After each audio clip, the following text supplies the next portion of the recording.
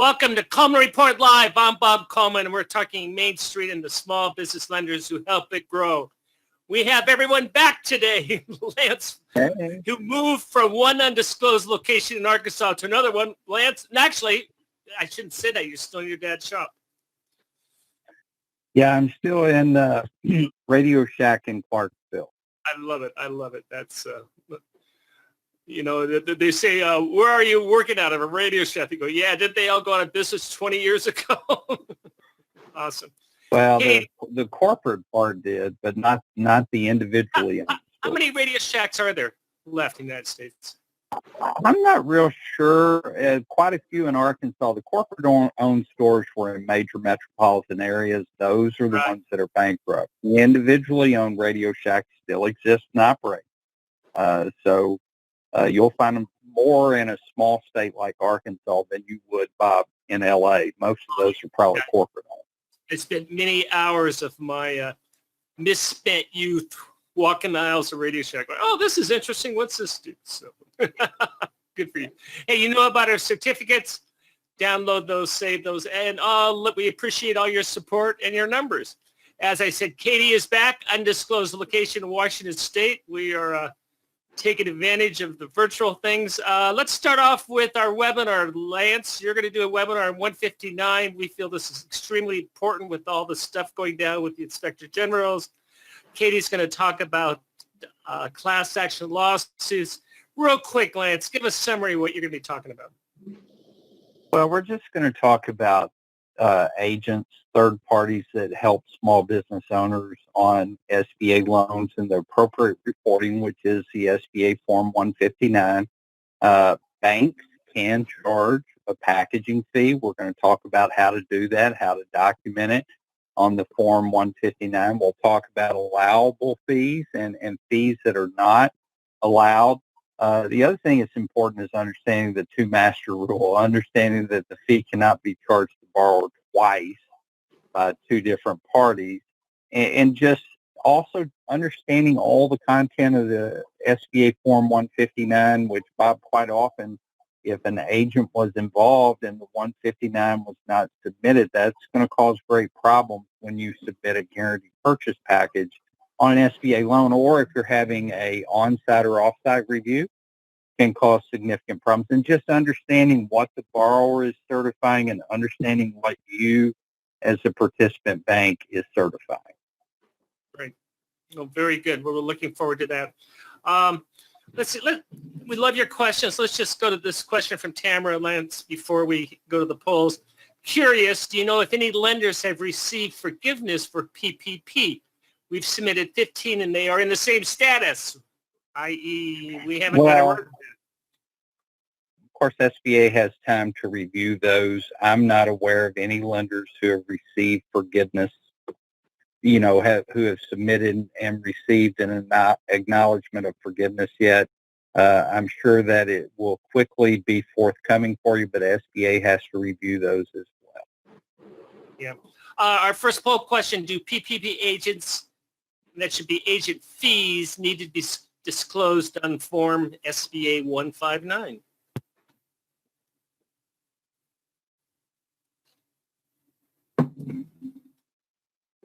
Lance, we have a smart crowd today. Absolutely. Anytime an agent's involved in an SBA loan, there needs to be an SBA Form 159 as part of the file. So if there's an agent fee, if there's a fee paid by a borrower on an SBA loan, there needs to be an SBA Form 159. We're going to bring Katie in here in a second. She's going to talk about the lawsuits on that, and something that Russell has been prodding us, so we're going to start covering that a little bit more in depth. Let's finish off the poll questions. What percentage of PPP loan proceeds must be allocated to payroll? Better word probably must be used for payroll for full loan forgiveness. Bob, I hope there's 100. Yeah, there we go. That's very good. Lance, and you had a best practice. What is your recommendation for a small business borrower and how to easily document this? Well, I mean, my recommendation to every borrower who asks me is just spend all the money on payroll. Uh, you're required to spend 60% of the PPP proceeds on payroll. I have friends, family members, people that I know have talked to me about it, and I'm like, do your best to spend it all on payroll, and then you won't have any anxiety in getting forgiven on the SBA loan. Monies can be used for rent, utilities, and other eligible expenses, but the easiest way to ensure forgiveness is to spend it on payroll. And most small businesses should be able to accomplish that during the either 8 or 24-week uh, covered period. And I'm not saying they have to, but, I have a handful of businesses that are like, we spend 100% on payroll. Should we have any concerns about getting forgiven? And I'm like, absolutely not. You're going to be fine. You're just going to have, depending on how simplified forgiveness, because most of these people, Bob, that I'm talking about have PPP loans under 150. If there's a simplified forgiveness, they may not even have to collect the 941s and payroll report. Lance, I forgive if I'm repeating myself, but I have two friends of mine in the publishing business who got PPP loans ready for this. Oh, we did talk about this because you had one for 151,000, one's for 160, and one was for 165. So, anyway.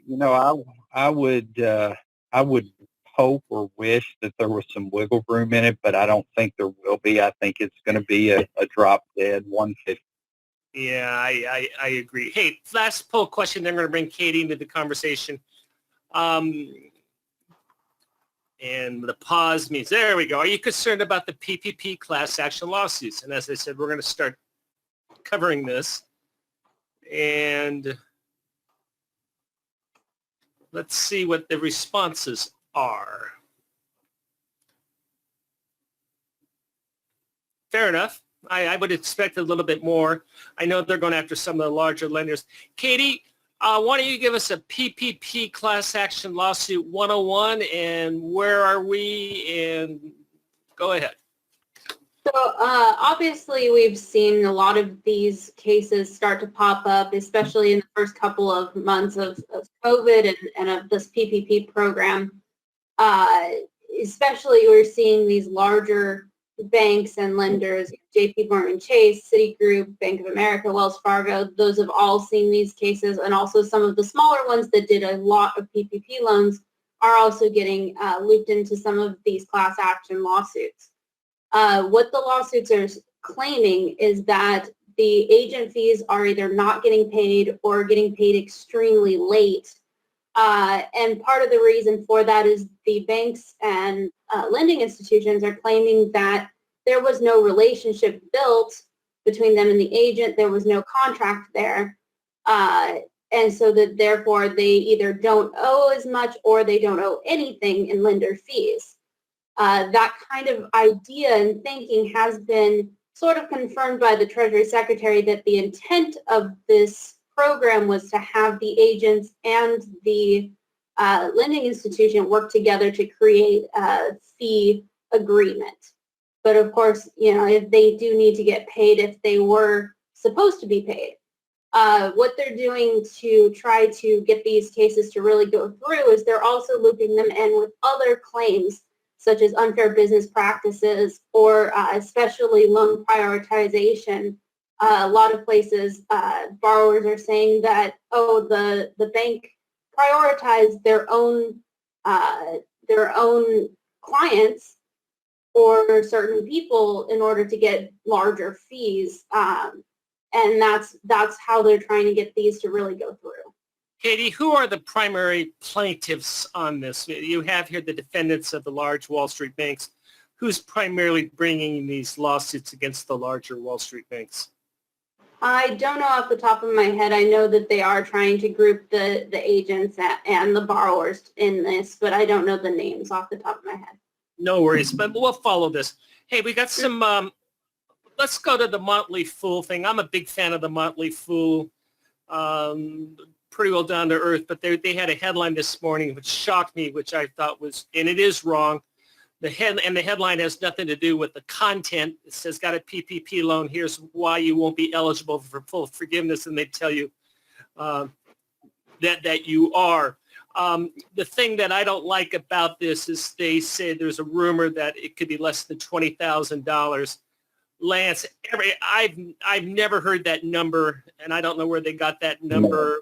And I'm not. And I've met the publishers. I mean, they're nice. And it's a great publication, and they have a lot of information on stock. But again, just not everything you read is accurate. Hey, let's go to some questions. We got a bunch of questions. Wendy, what if the use of an agent is not disclosed on the PPP application and the lender receives a bill after the loan is closed? Who wants to try that one? I'm going to let you have that one, Bob. This is, it's tracked, and I believe that if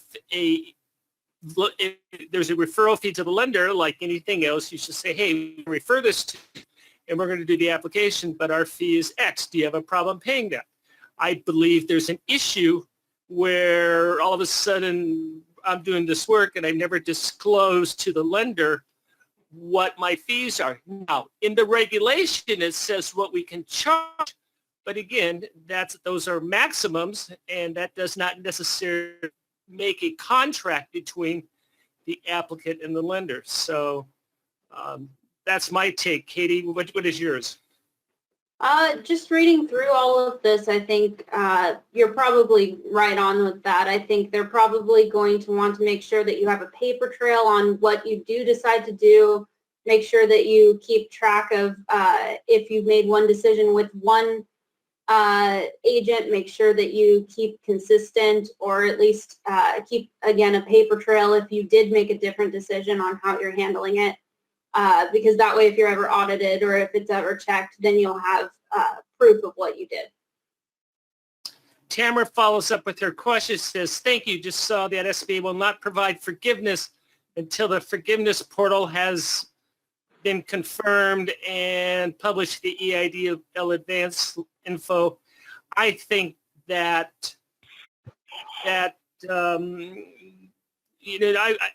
Lance, you and I have talked about this. I wouldn't worry forgiveness until we get the final guidelines. And what is that final number?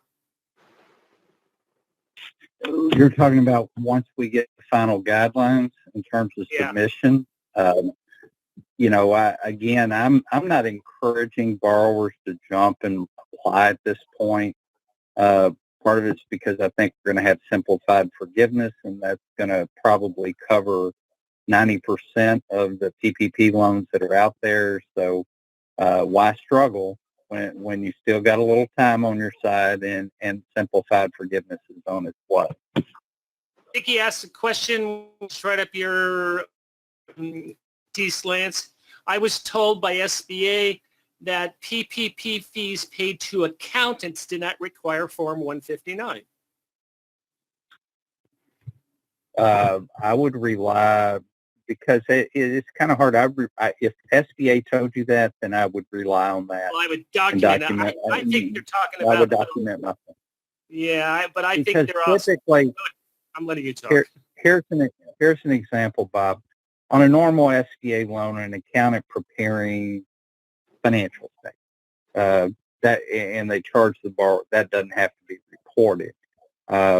Preparation of an application, I think it probably would need to be reported if it was a CPA firm. So one thing I would make sure is if SBA said that in an email, I'd stick that in a file somewhere.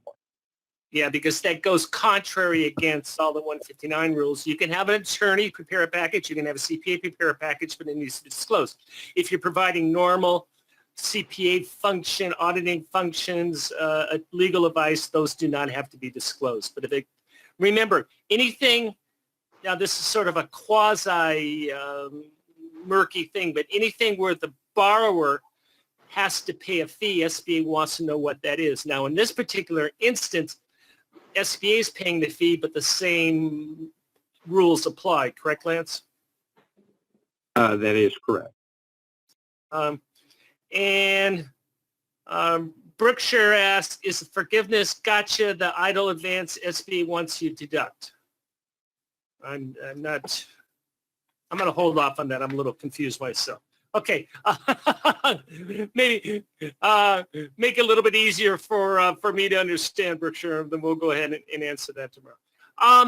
This is an interesting story. I remember this came up this literally came up 20 years ago when someone complained that if American Express wants to get into small business lending, that they could wipe out the entire authority by themselves. And of course, that never happened. This is one of those where American Express is acquiring a small business lender. I do not know what Cabbage's average loan size is, but I assume it's significantly smaller than the $2 million average loan size from some of the other lenders. Lance, do you have an opinion about this? I think the thing that us as participant lenders need to pay attention to is Cabbage, which was a pretty formidable online small business lending. Now, granted, their terms are ridiculous, and I would never advise a small business to go out and get this. They've joined, American Express is a much larger entity with much more or stronger financial standing, which should only make Cabbage a much more formidable competitor in the small business lending arena. So, I look forward to seeing what happens here, but I think Cabbage is going to be somebody we have to pay attention to in the small business lending arena. Yeah, very much so. And I would,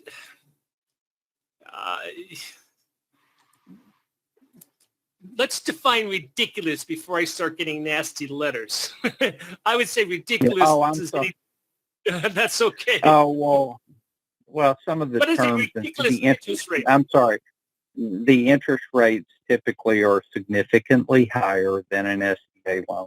The repayment terms are much shorter than an SBA loan. Thus, most, if not all, of Cabbage loans could be refinanced with an SBA loan. Frequently, we'll look at a small business borrower and we'll see a Cabbage loan at 20+% interest, and they're taking weekly payments from the borrower, and we can consolidate that on an SBA loan. If you do a prime plus 2 3/4 right now, you're just looking at 6%. Which is a substantial improvement in the interest rate, and the repayment terms on an SBA loan are better. So by using the word ridiculous, Bob, I'm just saying the interest rate on a Cabbage loan is higher. The repayment terms are much shorter. Very good. Thank you for having to respond to the letter to the people at Cabbage. Let's leave it at this. We appreciate whatever a lender can do to help Main Street, whether you're charging 29% or 6%. I agree with you. I think 29% is a little excessive. I'll even tag on the ridiculous statement on that.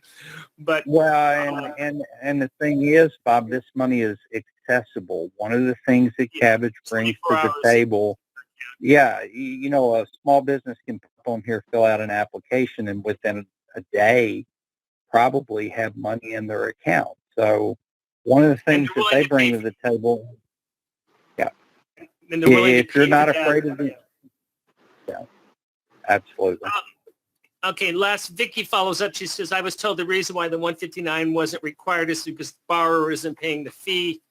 I understand that, Vicky. I said, if you want to hold to your guns, I think that's fine. Just make sure you get documented from SBA who said that. But remember, the best practice is for full disclosure. Lance and Katie will follow up more on this. One of the caveats, Bob, on the PPP loan is the borrower cannot pay a fee. That's one of the guidelines in PPP, and the 159 is related to fees the borrower pays to an agent. So I agree, the 159 should not have to be completed in that circumstance. Really, I disagree because the CARES Act says it needs to. But the only problem is that they said of the fraud is based upon 6 lenders, and I suspect a majority of that fraud is from minimal amount of loan brokers, loan agents with those lenders. I suspect SBA wants to know who those agents are so we can track what the quality is of the referrals or if there's even fraud involved. But obviously, Well- we will try to get clarification. How's that sound, Lance? It would be good to get more clarification because the 159 typically is completed when a borrower pays a fee to an agent. If the bank pays the fee, that's a different circumstance. All right. Very good. And of course, there's our new newsletter coming out, and Lance's webinar will be in a week. Lance, I think you are all moved. It's good to see you again. Katie, I know both of you are in the process of moving, so everyone gets settled. I know we're definitely in the dog days of August, but there's a lot of information. I appreciate all your support. We did not touch upon Congress coming back into session, which they are. It appears they'll be there through the rest of the summer. And we haven't yet to pick up if they've addressed PPP. Again, I'm going to go on a limb, Lance, and I'll let you, and Katie, I'll let you two finish it off. I think they'll solve it now, but what do you guys think? Well, I'm very hopeful that they solve it now, Bob. It would be great to go ahead and get something passed for all. Even, the stimulus, the $1,200 stimulus checks have a great impact on small businesses. Oh, absolutely. We'll all benefit from it. The PPP forgiveness and the P4, both of those are great things that they're not really arguing over. We need that too. So I am hopeful by the end of next week, Bob, that we see some traction. I hope so. Very good. Hey, well, thank you for joining us today for Coleman Report Live and for supporting America's Main Street, one entrepreneur at a time. Thanks a lot. Have a great day.